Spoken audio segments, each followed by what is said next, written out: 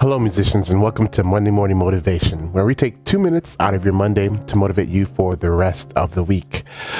There are some classical technical etudes that I want to master. An etude is a classical piece written to focus on a specific area of technique. And there are some specific techniques I'm trying to add to my toolkit. So I decided to look for a classical teacher to help me do this. So I went back to my old university to ask some of the professors there to help me. And I went to one professor in particular who holds multiple degrees in piano performance and classical music, including a doctorate. And when I shared with her what I'm looking to do, she said, "Corey, even I don't have that technique. I can't help you."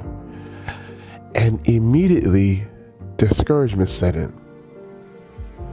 And when I realized what I was feeling, I decided to analyze it and share that with you. I became discouraged because the technique that I'm trying to acquire now seems even further away than when I started. If the professor who holds a doctorate in piano performance and classical music can't do it, what makes me think I can do it?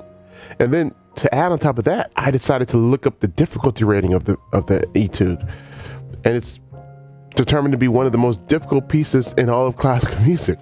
But then I thought, what difference does it make?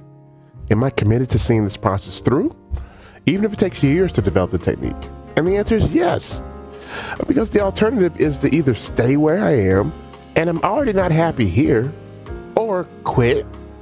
But that's not an option. Music is my passion and a calling. And even if I wanted to quit, it wouldn't quit me.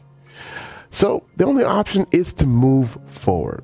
So let me know in the forum, what are you moving forward with, even though it seems impossible? All right, until the next one, be blessed and happy practicing.